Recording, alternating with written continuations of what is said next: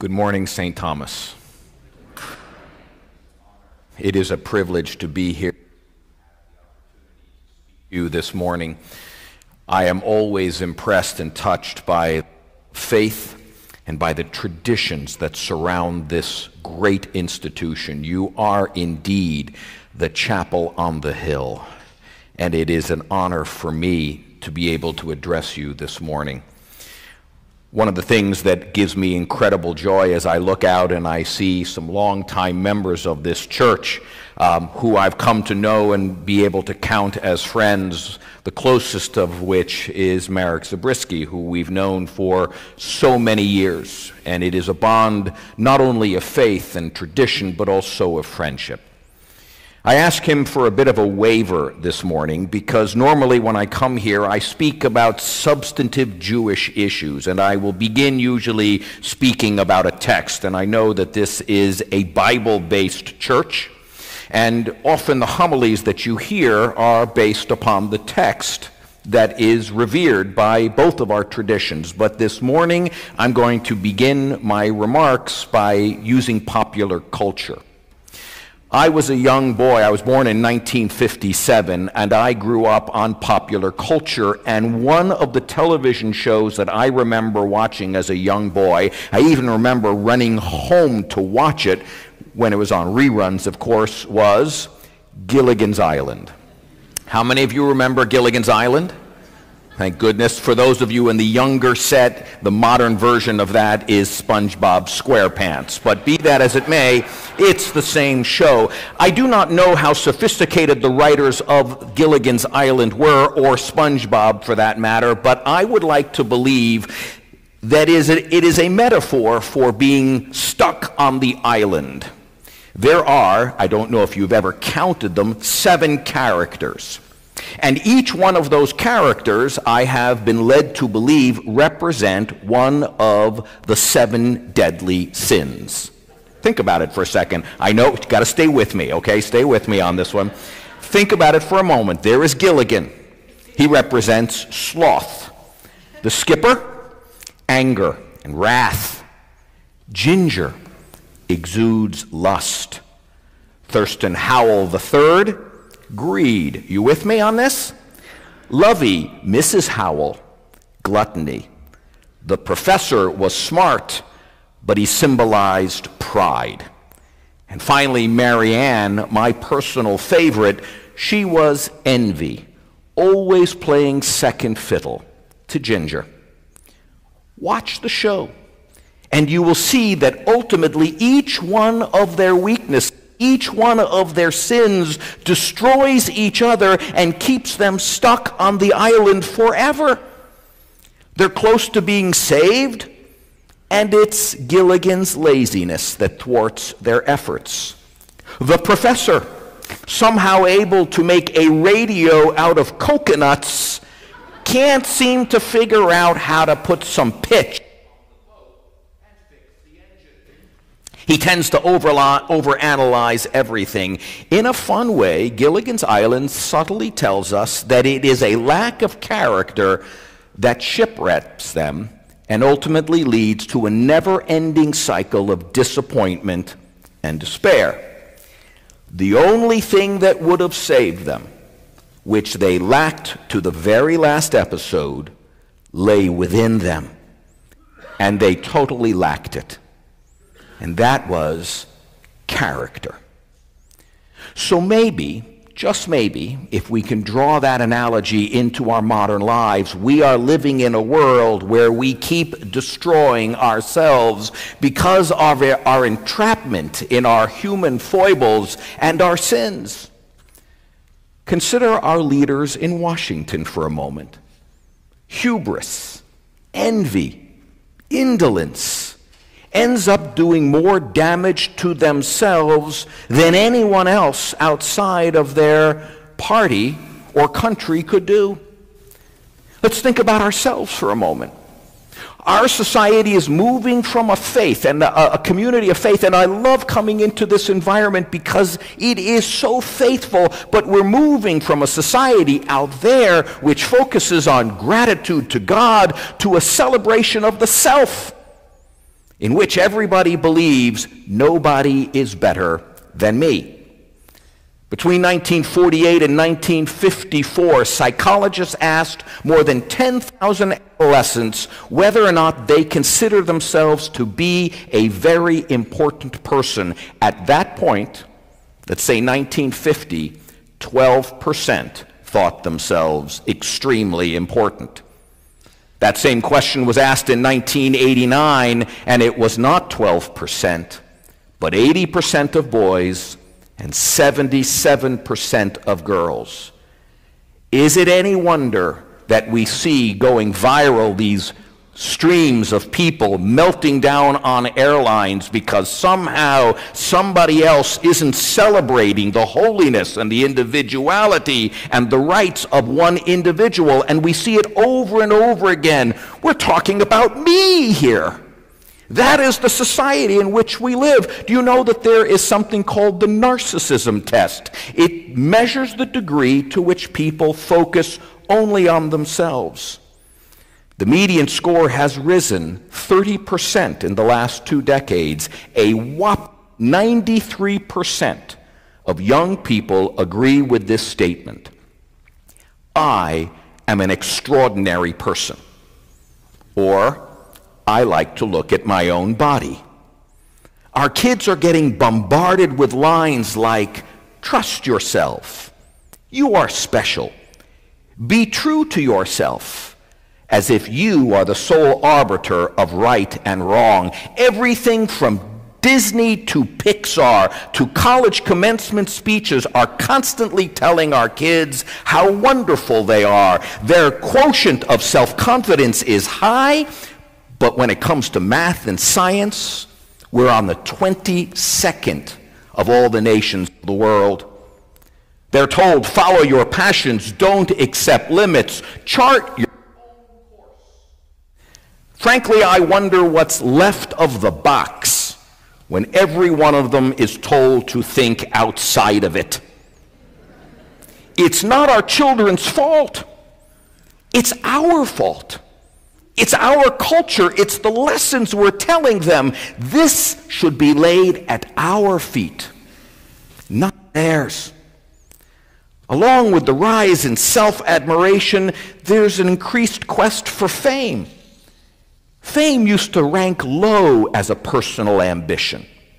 It was accomplishment. It was advancement. Now, I want to be famous. In 1976, a survey was asked, what are your most important life's goal? And in 1976, fame ranked 15 out of 16. In 2007, 51% of our young people said being famous was one of their top personal goals. And sometimes you get famous by doing something horrendous, like in Parkland, Florida. People want to hear their names recited. In one study, middle school girls were asked, and I mean no offense, but you need to hear it, with whom would they most like to have dinner? Jennifer Lopez came in first. Jesus came in second. Paris Hilton came in third. Here's an amazing fact.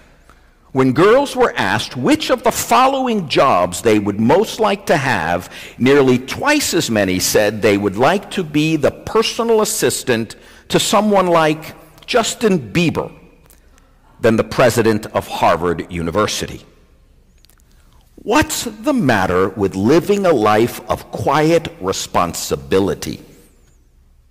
George Eliot's novel, Middlemarch, talks about a character, Dorothea, never famous, but she mattered.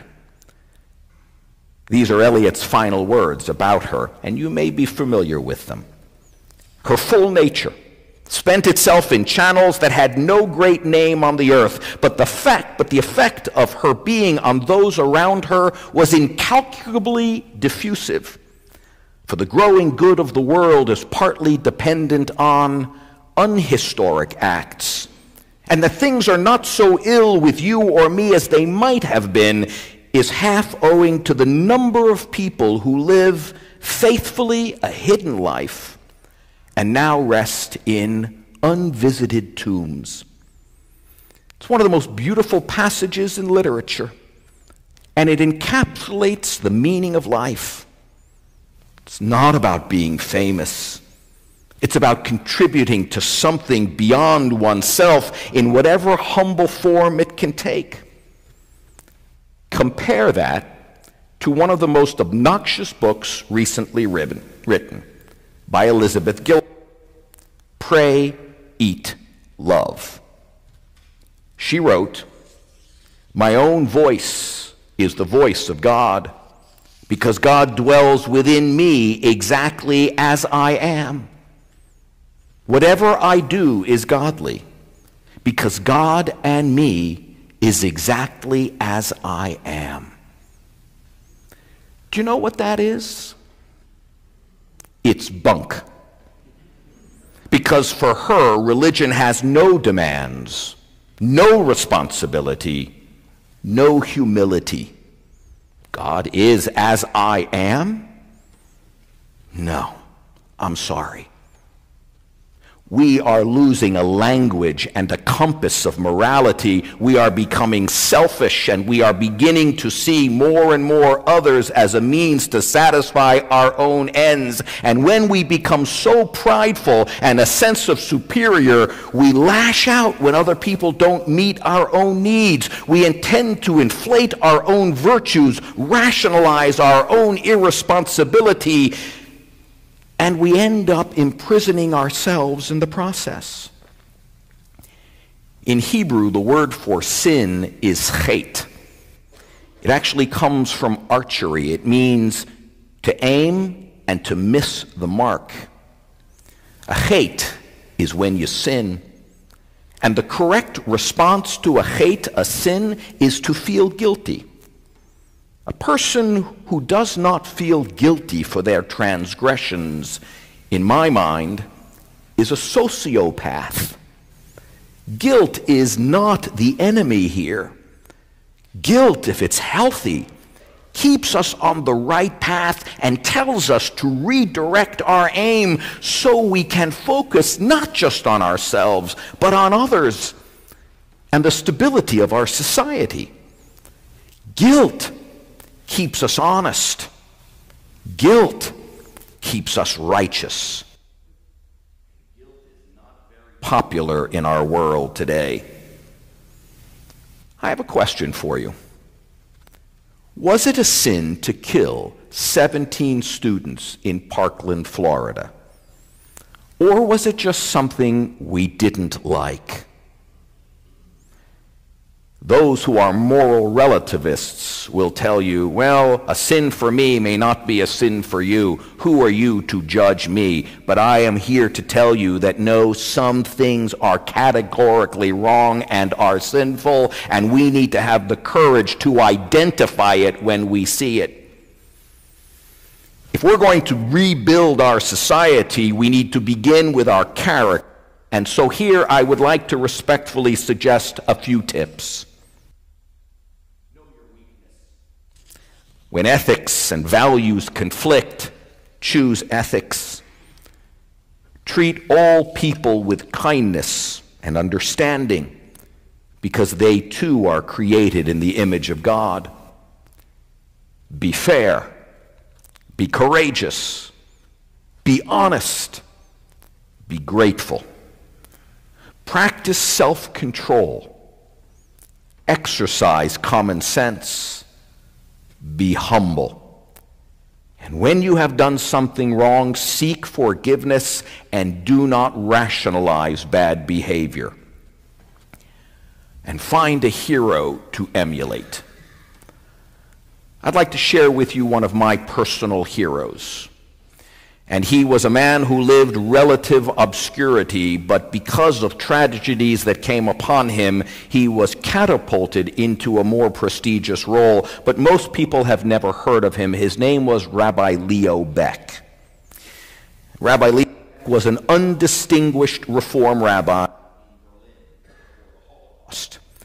He spent his life, as most rabbis do, teaching, preaching, comforting.